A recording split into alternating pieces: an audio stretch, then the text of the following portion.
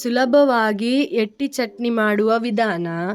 ಮೊದಲಿಗೆ ಒಂದು ಬಾಣಲೆಯಲ್ಲಿ ಚೆನ್ನಾಗಿ ತೊಳೆದಿಟ್ಟ ಎಟ್ಟಿ ಅಂದರೆ ಒಣ ಚಟ್ಲಿಯನ್ನು ಚೆನ್ನಾಗಿ ಫ್ರೈ ಮಾಡಬೇಕು.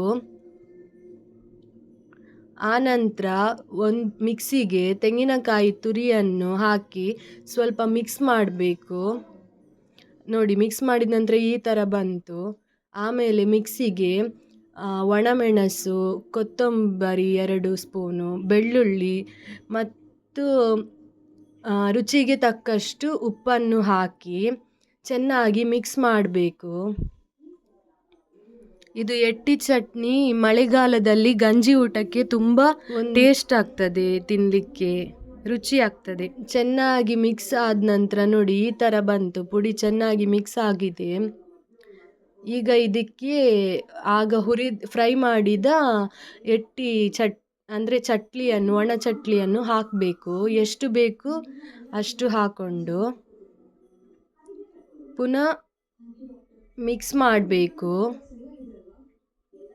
ಮಿಕ್ಸ್ ಮಾಡಿ ಅದನ್ನು ಬಾಣಲೆಗೆ ಹಾಕಿ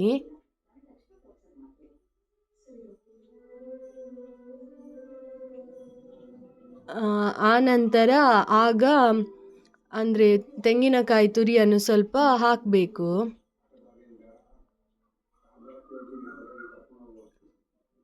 ಸ್ವಲ್ಪ ಖಾರ ನೋಡಿ ತೆಂಗಿನಕಾಯಿ ತುರಿಯನ್ನು ಸ್ವಲ್ಪ ಆ್ಯಡ್ ಮಾಡ್ಬೋದು, ಎಷ್ಟು ಬೇಕು ಅಷ್ಟು.